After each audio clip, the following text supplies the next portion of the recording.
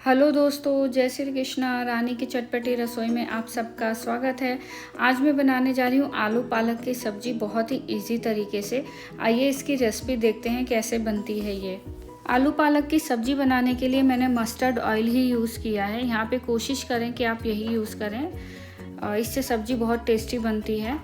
मैंने आधा चम्मच जीरा डाला है, 2 साबुत लाल मिर्च डाला है। उसके बाद जैसे ये फ्राई हो जाएगा उसमें मैंने कटा हुआ लहसुन डाल दिया है। इसको 1 मिनट के लिए फ्राई करेंगे ताकि लहसुन जो है वो अच्छे से थोड़ा पक जाए।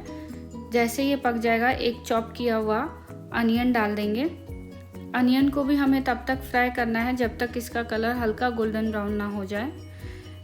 जैसे ही ये फ्राई हो जाएगा इसमें हम आलू डालेंगे। इसको हल्का सा हमें फ्राई करना है। ये देखिए हल्का सा गोल्डन ब्राउन हो गया है। इसमें अब हम आलू डालेंगे। आलू मैंने 2 यहाँ पे डाला है।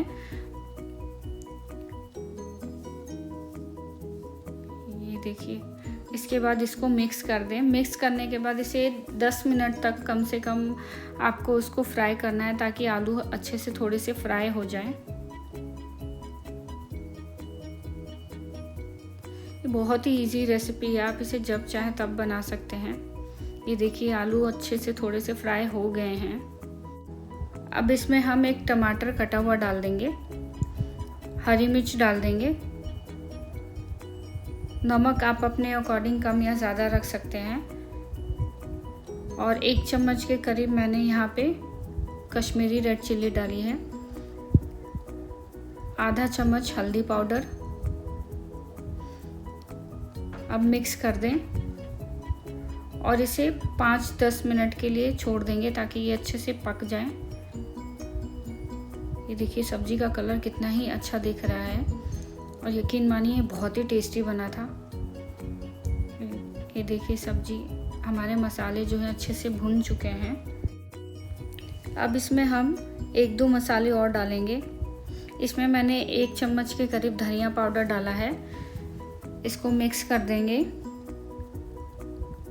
मिक्स करने के बाद मैंने पालक को धोकर काट लिया था, उसे डाल देंगे।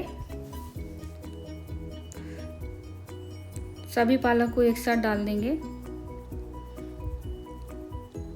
मिक्स कर दें।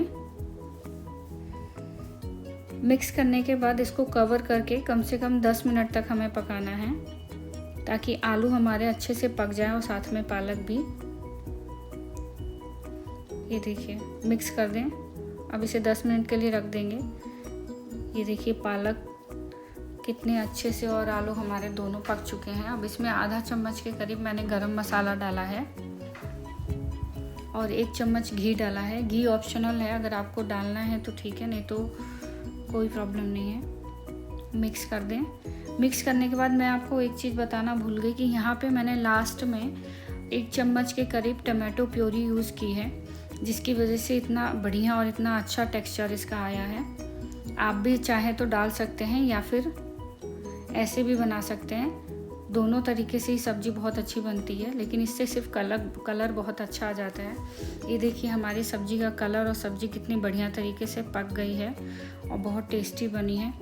अगर आपको मेरी ये रेसिपी पसंद आती है और आप मेरे चैनल पर नए हैं तो प्लीज़ इसे लाइक, सब्सक्राइब और शेयर करना ना भूलें। Thank you.